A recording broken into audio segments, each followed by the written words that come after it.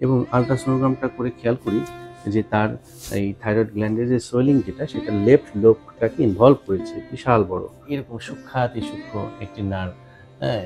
তা আপনি বলুন যে এত সূক্ষ্ম একটা জিনিস ওই টিউমারটার সাথে লেগে থাকবে আর সেটাকে সরাতে যেয়ে যদি কোনো কারণে একটু ছিঁড়ে যায়।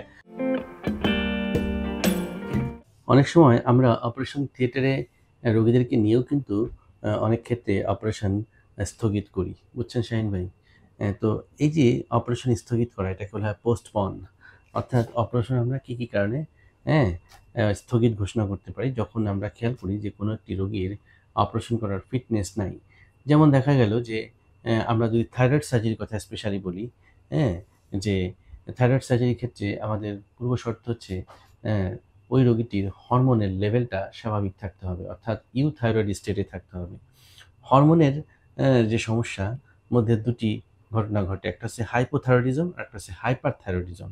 অর্থাৎ কারো বডিতে হরমোন কম থাকতে পারে, আবার কারো বডিতে হরমোন বেশি থাকতে পারে। দুটোই কিন্তু ক্ষতিকর। থাকতে হবে যা থাকার কথা তাই, অর্থাৎ নরমাল। এই কন্ডিশনটাকে আমরা বলি ইউথাইরয়েড স্টেট। অর্থাৎ একটি থাইরয়েড সার্জারি করার পূর্বে ওই রোগীটি ইউথাইরয়েড স্টেটে আছে কিনা সেটা আমরা সবার আগে জেনে নিই। তো আমি কিছুদিন আগে যখন আমার এই সম্মানিত পেশেন্ট শাহীন মিয়াকে দেখি, তার মূলত সমস্যা ছিল গলার সামনে বিশাল বড় একটা ফোলা এবং আল্ট্রাসোনোগ্রামটা করে খেয়াল করি যে তার এই থাইরয়েড গ্ল্যান্ডের যে সোয়েলিং যেটা সেটা লেফট লোবটাকে ইনভলভ করেছে বিশাল বড়। আমরা এখান থেকে রস পরীক্ষা করেছি এবং খেয়াল করেছি এটা একটা নোডুলার গয়টার, এখানে ক্যান্সারের কোনো আলামত নাই। তার হরমোনাল চেকআপ আমরা করেছি এবং দেখলাম যে তার হাইপারথাইরয়েডিজম। এটার জন্য আমরা তাকে ঔষধ দেই। কিন্তু তার যে হরমোনের লেভেলটা সঠিকভাবে নিয়ন্ত্রিত হচ্ছিল না। যে কারণে কিন্তু আমরা একবার তাকে অপারেশনের প্রস্তুতি নেওয়ার পরে স্থগিত করি। তো আজকে যেহেতু হরমোন লেভেলটা স্বাভাবিক হয়েছে যে কারণে আজকে আমরা তার অপারেশন করতে যাচ্ছি এবং এই অপারেশনটি হবে হেমিথাইরয়েডেক্টমি। হেমি মানে অর্ধেক। থাইরয়েডেক্টমি মানে হচ্ছে যে লোবে আপনার এই গোটাটা হয়েছে সেই লোবটা আমরা এই টিউমার সহ বের করে নিয়ে আসবো। এটি একটি বিনাইন কন্ডিশন। বিনাইন মানে হচ্ছে ভালো। আর ম্যালিগন্যান্ট মানে হচ্ছে খারাপ। তবে মনে রাখবেন যে কোনো ধরনের ফোলা বা গোটা যখন স্যাম্পল আমরা বের করি সেটাকে আগে পরীক্ষাগারে পাঠাই। পরীক্ষাগারে পাঠানোর পর আমরা যে পরীক্ষাটি করি সেটার নাম হচ্ছে হিস্টোপ্যাথোলজিক্যাল রিপোর্ট। অর্থাৎ এই যে বায়োপসিটা আমরা করব, বায়োপসি করার পর যে রিপোর্টটা আসবে সেটা হচ্ছে চূড়ান্ত সিদ্ধান্ত। যদি নরমাল থাকে তাহলে চিকিৎসা আপনার এখানেই শেষ। যদি কোনো কারণে আমরা ক্যান্সারের কোনো আলামত পাই, হ্যাঁ? স্পেশালি যদি প্যাপিলারি কার্সিনোমা অফ থাইরয়েড রোগে তিনি আক্রান্ত থাকেন, সেক্ষেত্রে কিন্তু আবার একটি শর্ত আছে।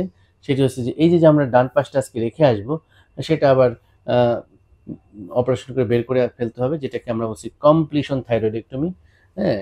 এবং তারপর আপনাকে রেডিও আয়োডিন অ্যাবলেশন নামক একটি ট্রিটমেন্টে যেতে হবে। এখানে একটি ক্যাপসুল আপনাকে খেতে হবে। তো আপনার এই ফোলাটা কত বছর ধরে? এটা আমার ৮ বছর যাবত। ৮ বছর। এটা কি আস্তে সাইজে বড় হচ্ছে? আমি ১ বছর যাবত একটু বড় হইতেছে। আগে আচ্ছা, এর মধ্যে কি কোনো চিকিৎসা করার নাই? পর্যায়ে কণ্ঠের সমস্যা হইতে পারে, আবার এই সারা বছর ওষুধ খেতে হইব। আচ্ছা, আচ্ছা। এই সময় করছি না। ভয় পেয়ে গেছেন না? তো যে ভয়টি আপনি পেয়েছেন যে স্বর পরিবর্তন হয়ে যাবে কিনা, এটা কেন বলা হয়?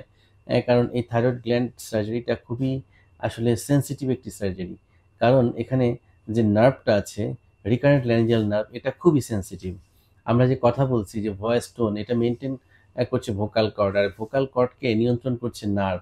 যে নার্ভটির নাম হচ্ছে রিকারেন্ট ল্যারিঞ্জিয়াল নার্ভ। আর সেই নার্ভটা এই যে গ্ল্যান্ডের নিচ দিয়ে যায়। এরকম সূক্ষ্মাতি সূক্ষ্ম একটি নার্ভ, হ্যাঁ? তা আপনি বলুন যে এত সূক্ষ্ম একটা জিনিস ওই টিউমারটার সাথে লেগে থাকবে আর সেটাকে সরাতে যেয়ে যদি কোনো কারণে একটু ছিঁড়ে যায়, কাটা পড়ে, ইনজুরি হয়, তাহলেই কিন্তু শরটা বসে যাবে। তার মানে কি বড় চ্যালেঞ্জের কাজটি আমাকে করতে হয়। হুম?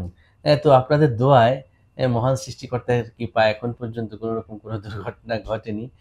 কিন্তু 100% গ্যারান্টি আমরা দিতে পারি না। এই জায়গাটাতে আমাদের সীমাবদ্ধতা রয়েছে এবং এইটুকু ছাড় ডাক্তারদেরকে দিতেই হবে। তা না হলে আমরা অপারেশন করার সাহসও পাবো না।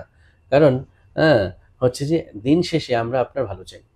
কারণ এই জিনিসটি কিন্তু ধীরে আরো বড় হয়ে যাবে। আপনার শ্বাস নিতে কষ্ট হবে, গিলতে কষ্ট হবে, খেতে কষ্ট হবে। এই যে হরমোনাল ইমব্যালেন্স ইতিমধ্যে হওয়া শুরু করেছে, এই জিনিসগুলো আপনাকে কষ্ট দিবে। যে কারণেই কিন্তু আমরা আজকে সিদ্ধান্ত নিয়েছি অপারেশনের। আমরা অপারেশন শুরু করতে যাচ্ছি। আপনি বাইরে অপেক্ষা করবেন। আপনার হাসব্যান্ডের জন্য দোয়া করবেন। ঠিক আছে, মহান সৃষ্টিকর্তার দরবারে। আপনি কোনো টেনশন করেন না, ঠিক আছে? হ্যাঁ, আপনিও আমার জন্য দোয়া করবেন, ঠিক আছে? তো সবার দোয়া নিয়ে আমরা এগিয়ে যাচ্ছি। আশা করছি আমরা সফল হব এবং সফল হওয়ার পর নিশ্চয়ই জানাবো যে operation successful. Take care and bye by.